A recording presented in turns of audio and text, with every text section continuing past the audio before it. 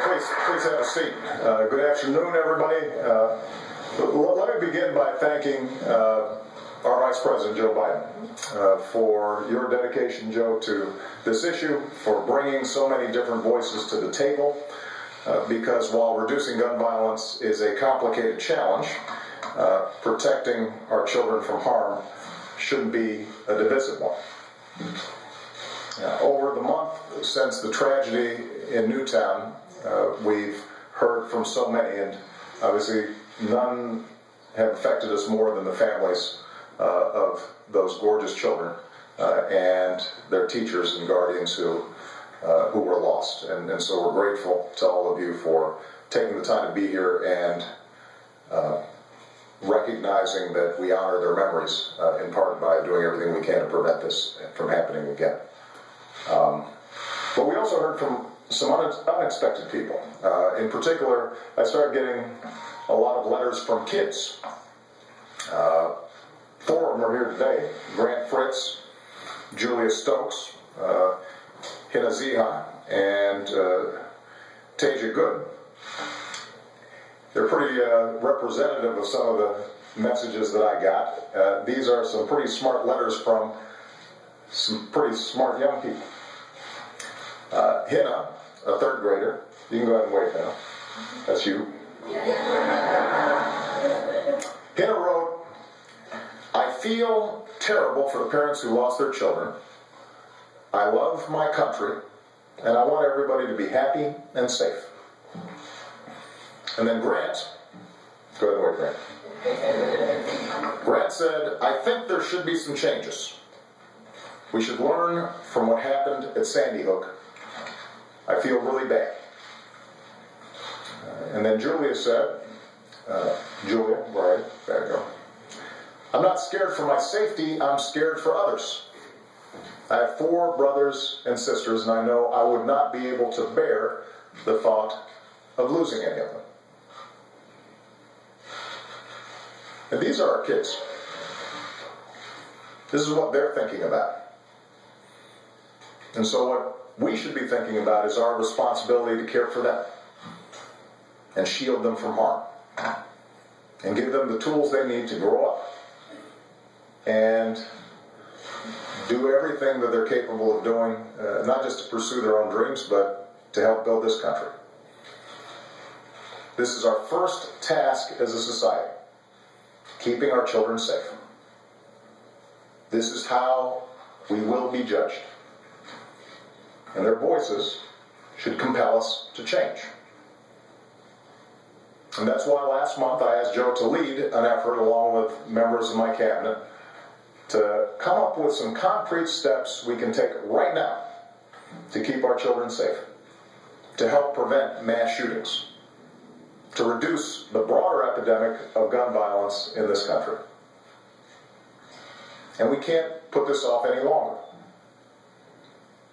Just last Thursday, as TV networks were covering one of Joe's meetings on this topic, news broke of another school shooting, this one in California.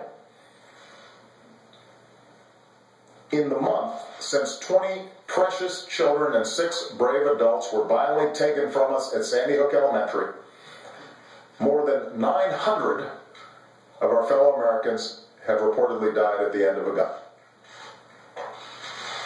900 in the past month. And every day we wait, that number will keep growing. So I'm putting forward a specific set of proposals based on the work of Joe's task force. And in the days ahead, I intend to use whatever weight this office holds to make them a reality. Because while there is no law or set of laws that can prevent every senseless act of violence completely, no piece of legislation that will prevent every tragedy, every act of evil, if there's even one thing we can do to reduce this violence, if there's even one life that can be saved, then we've got an obligation to try. And I'm going to do my part. As soon as I'm finished speaking here, I will sit at that desk and I will sign a directive giving law enforcement, schools, mental health professionals, and the public health community some of the tools they need to help reduce gun violence. We will make it easier to keep guns out of the hands of criminals by strengthening the background check system. We will help schools hire more resource officers if they want them, and develop emergency preparedness plans. We will make sure mental health professionals know their options for reporting threats of violence, even as we acknowledge that someone with a mental illness is far more likely to be a victim of violent crime than the perpetrator. And while year after year, those who oppose even modest gun safety measures have threatened to defund scientific or medical research into the causes of gun violence, I will direct the Centers for Disease Control to go ahead and study the best ways to reduce it. And Congress should fund research into the effects that violent video games have on young minds. We don't benefit from ignorance. We don't benefit from not knowing the science of this epidemic of violence. Now, these are a few of the 23 executive actions that I'm announcing today. But as important as these steps are, they are in no way a substitute for action from members of Congress. To make a real and lasting difference, Congress too must act. And Congress must act soon. And I'm calling on Congress to pass some very specific proposals right away. First, it's time for Congress to require a universal background check for anyone trying to buy a gun.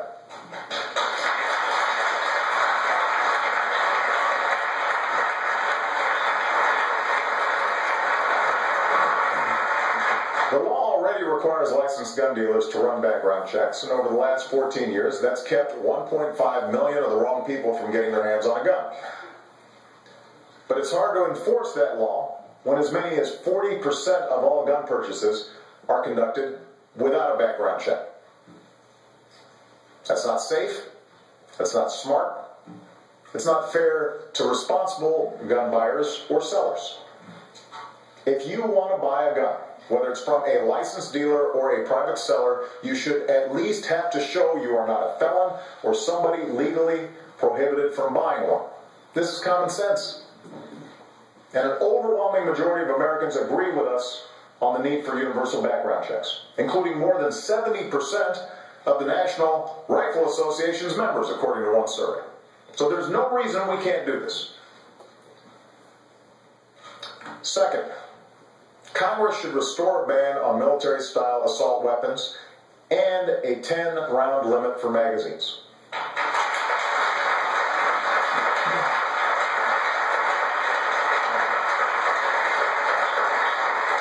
The type of assault rifle used in Aurora, for example, when paired with high-capacity magazines, has one purpose: to pump out as many bullets as possible, as quickly as possible, to do as much damage, using bullets often designed to inflict maximum damage. And that's what allowed the gunman in Aurora to shoot 70 people. 70 people, killing 12 in a matter of minutes. Weapons designed for the theater of war have no place in a movie theater. A majority of Americans agree with us on this. And by the way, so did Ronald Reagan, one of the staunchest defenders of the Second Amendment, who wrote to Congress in 1994 urging them, this is Ronald Reagan speaking, urging them to listen to the American public and to the law enforcement community and support a ban on the further manufacture of military-style assault weapons.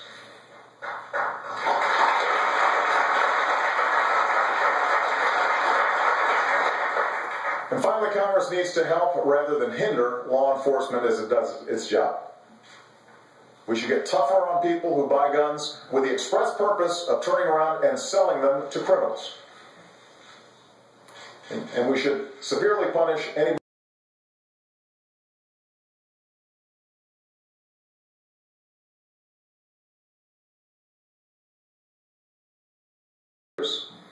they should confirm Todd Jones, who will be who has been acting, and I will be nominating for the post.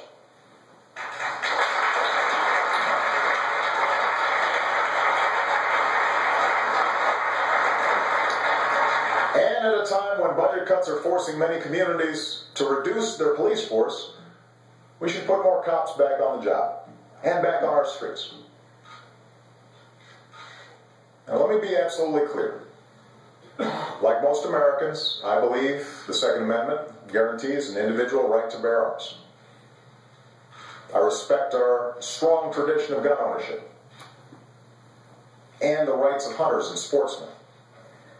There are millions of responsible, law-abiding gun owners in America who cherish their right to bear arms for hunting or sport or protection or collection.